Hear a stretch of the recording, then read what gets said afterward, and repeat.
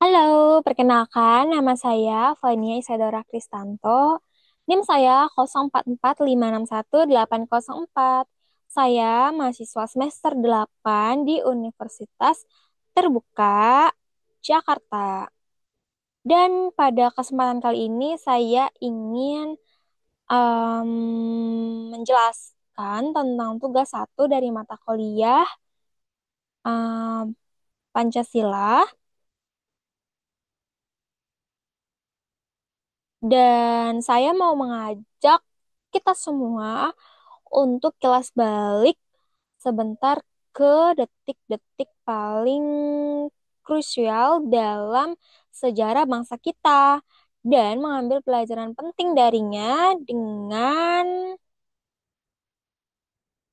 tema yang sudah saya buat, yaitu pelajaran dari sejarah Pancasila bagi generasi muda.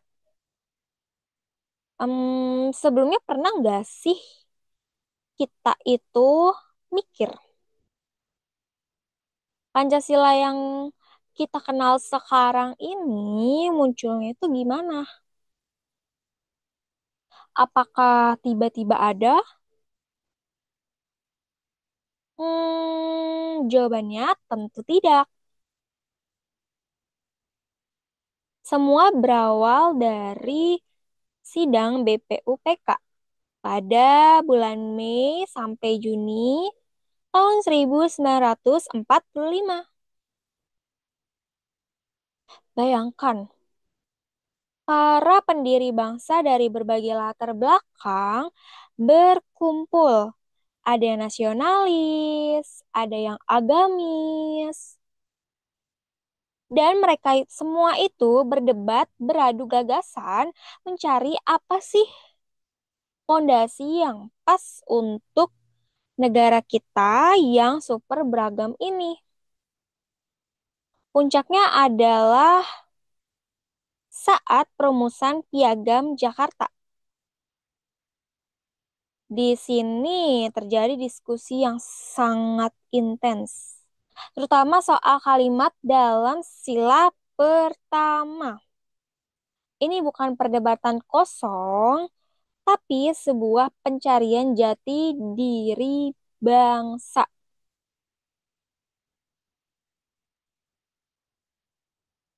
Nah, disinilah momen yang paling bikin merinding.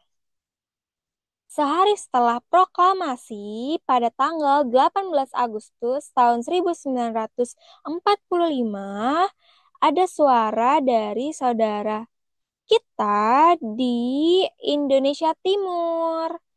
Mereka merasa keberatan dengan 7 kata dalam sila pertama Piagam Jakarta. Mereka merasa itu tidak mewakili mereka sepenuhnya. Lalu, apa yang terjadi? Apakah para tokoh Islam saat itu marah dan ngotot? Jawabannya tidak. Dengan kebesaran jiwa yang luar biasa, tokoh seperti Ki Bagus Hadi Kusumo dan Wahid Hashim setuju untuk mengubahnya menjadi ketuhanan yang Maha Esa. Kenapa? Jawabannya satu, demi persatuan Indonesia. Mereka lebih memilih Indonesia yang utuh daripada memaksakan kepentingan suatu golongan.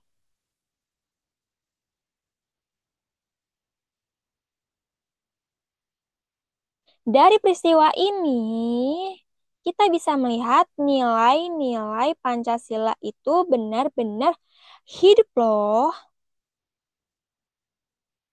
Dari cerita yang sudah saya bagikan, kita dapat mengambil kesimpulan. Yang pertama, mereka mempraktikkan musyawarah untuk mufakat, yang mana terdapat dalam sila keempat, yaitu kerakyatan yang dipimpin oleh hikmat, kebijaksanaan dalam permusyawaratan dan perwakilan. Yang kedua, mereka menunjukkan cinta pada persatuan Indonesia sesuai dengan sila ketiga, yaitu Persatuan Indonesia yang mengalahkan ego masing-masing. Dan yang ketiga, mereka mencari titik temu yang adil dan beradab untuk semua. Ini sudah diterapkan pada sila kedua dan sila kelima, yaitu kemanusiaan yang adil dan beradab dan keadilan sosial bagi seluruh rakyat Indonesia.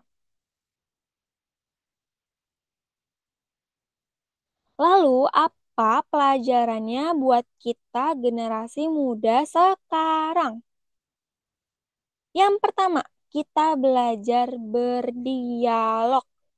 Di zaman media sosial yang gampang banget panas, kita sering lihat orang saling hujat cuma karena beda pendapat loh. Sejarah tadi ngajarin kita untuk duduk bareng, mendengar, dan mencari solusi, bukan mencari siapa yang menang. Yang kedua, jaga persatuan. Para pendiri bangsa sudah kasih contoh pengorbanan yang luar biasa. Tugas kita sekarang adalah merawatnya. Jangan sampai kita gampang terprovokasi isu SARA yang memecah belah. Bagi saya pribadi, ini adalah pengingat bahwa Pancasila itu bukan cuma buat dihafal di sekolah. Pancasila adalah software berpikir kita sebagai bangsa. Ia relevan untuk menyelesaikan konflik, menghargai perbedaan, dan bekerja sama membangun negeri ini.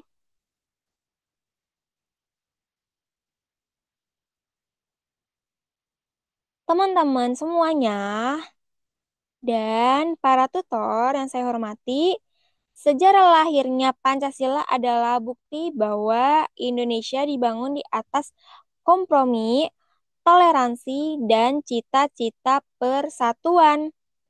Mari kita lanjutkan perjuangan mereka dengan cara kita, dengan menjadi generasi yang cerdas, terbuka, dan menjadikan Pancasila sebagai tindakan nyata, bukan hanya kata-kata.